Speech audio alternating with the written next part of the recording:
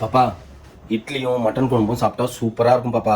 அம்மா கிட்ட சொல்ல. ஐயா அம்மா கிட்டயா? அம்மா கிட்ட சொன்னா கடையில இருந்து புளிச்ச மாவு வாங்கிட்டு வந்து இட்லியும் தோசையும் ஊத்தி தருவாங்க. அப்படிப்பட்ட இட்லி எனக்கு வேணா, மட்டன் குழம்பு எனக்கு வேணாம். அப்பெல்லாம் எங்க ஆயா வீட்லயே மாவாட்டி புசு புசுன்னு இட்லி வச்சு அழகா மட்டன் குழம்பு ஊத்தி கொடுக்கும். என்னது நீ ஆட்டுற மாதிரி பேசுற? நான் தான் கையை வலிக்கு கல்ல தூக்கி நான் தான் மாவாட்டணும். இவ்வளவுதான் உன் பிரச்சனையா?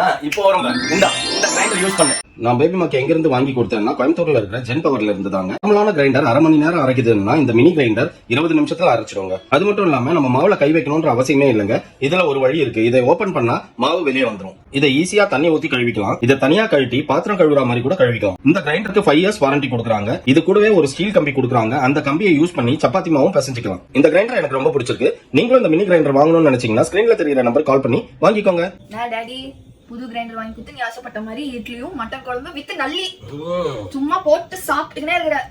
அது ஒரு தோசை ரெடி ஆகுது. வரட்டும் அதே சாப்பிடுவோம்.